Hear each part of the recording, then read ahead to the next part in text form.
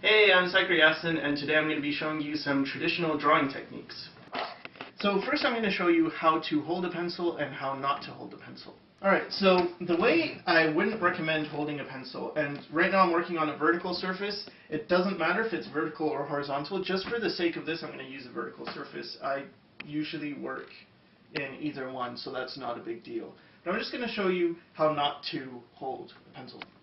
Okay, so when most people start drawing, they think of it like a writing instrument. And they draw the same way, as if they're just writing. And the problem with this is it's very stiff. When you write, you're just using your finger in like this motion. So the lines I can get using a comfortable motion are about that wide. Let's say we start incorporating the wrist, then I get lines, like comfortable lines from, here to here. If I bring the elbow in, then, okay, now I have all this.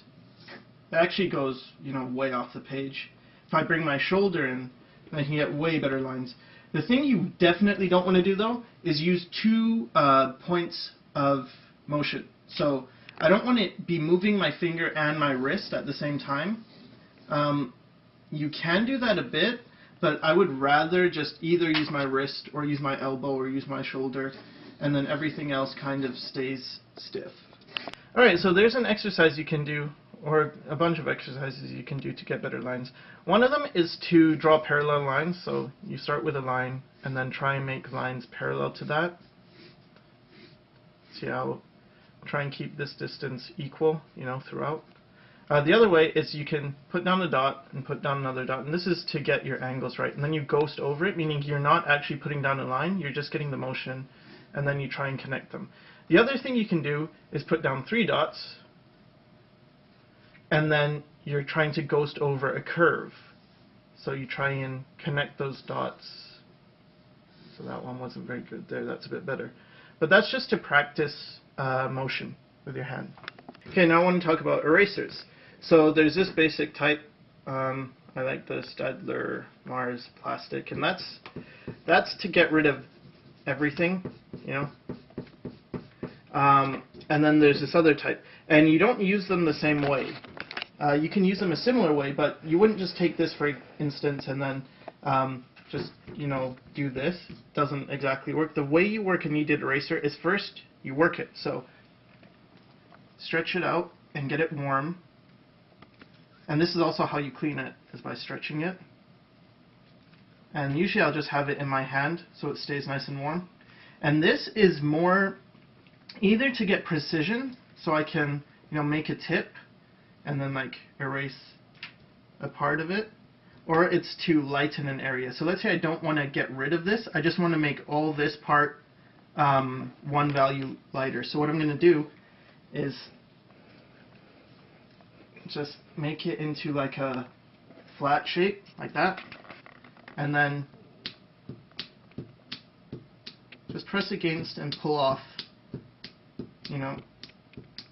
what you want, and that's going to lighten it. And you can, tap it or whatever. And if I want to erase it, then yes, I can, make it into a shape and then actually erase parts as well. So it's effective either way. It's very good. And then just remember to clean it. And also, like, when I can't get things right, it's like a stress ball.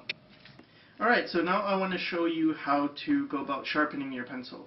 Now for this, I'm going to be using an X-Acto knife. And you could use an X-Acto knife. You can use like a box cutter, works just as well. Pretty much any knife that's, not serrated, just needs a good point. And I also use, electric sharpeners and whatever, but often I do it this way. So the important thing when sharpening in this way is, first of all, be safe. Second of all, I'm not actually going to sharpen off the lead like this. I'm not moving the knife. The knife stays still. What I'm moving is the pencil underneath. So I have the pencil in my 4 fingers, right? And then my thumb is on top. And then I'm using my thumb against this knife, and this stays still, and then I just, using that motion, you know, pulling back with my wrist and my fingers, I'm going to move it against. So this is what it's going to look like. So I start by just cutting out an area around, and I'm turning the pencil, and this is something I do when I draw as well. I usually spin the pencil around, but I'll show you that after. And then, so now I have an area that's, you know, a little bit cut, and then I just move closer to the lead as I spin it.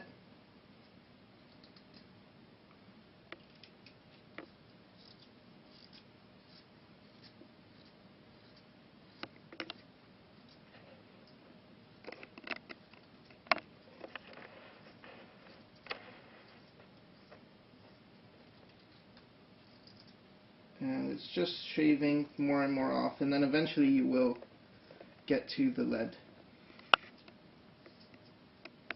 With softer pencils you'll get to the lead sooner.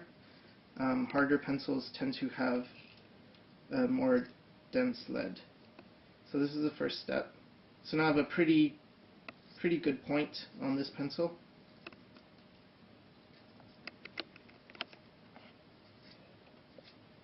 And now I'll show you how to go about sharpening it further. Okay, so when I want to sharpen it further, like this is okay, I can use this kind of dull thing and it's alright. But when I want to get it really sharp, what I do is I hold it down against a paper, and then I take my knife and I'm going to just spin the pencil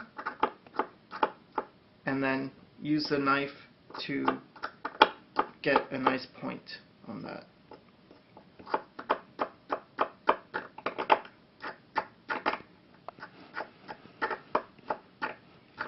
And using this method, you can get it pretty sharp. With knives, you can get pencils sharper than just normal sharpeners. And it takes a while, but eventually you can get a pretty nice point.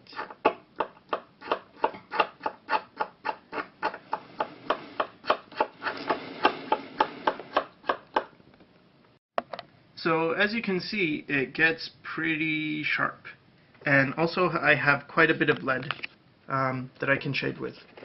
Alright, so now that I have so much lead, when I shade, I can, you know, shade much faster because I have a lot more lead to use. And the thing I do when I shade is, I do this, you know, that U shape, but I'm also spinning my pencil as I do it. Like every few strokes, see, you'll notice, I don't know if you can pick that up, but I am actually spinning it. And I'll do that, and then, you know, spin it.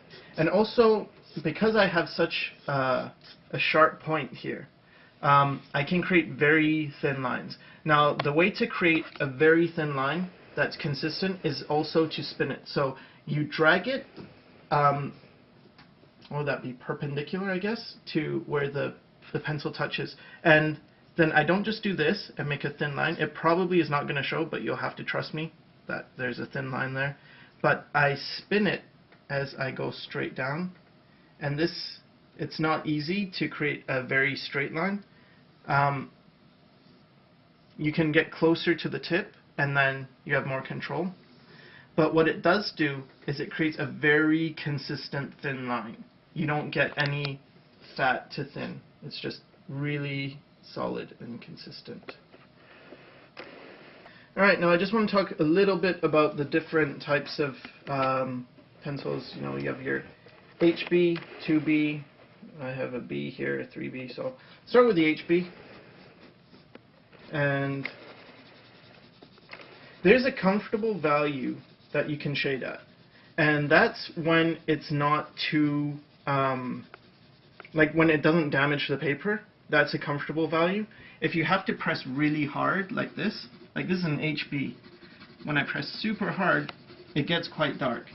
But that's not very comfortable. And as you can see, it's going to pick up some glare. I don't know if you can see it, but the way I see it, there's lots of glare.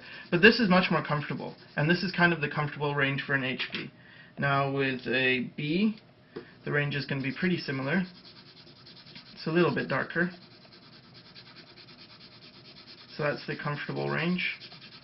And then that's the, pressing way too hard range. But it can get that dark. So it's important to know that you potentially can get that dark. But again, you're damaging the paper, so it's not a good idea. 2B.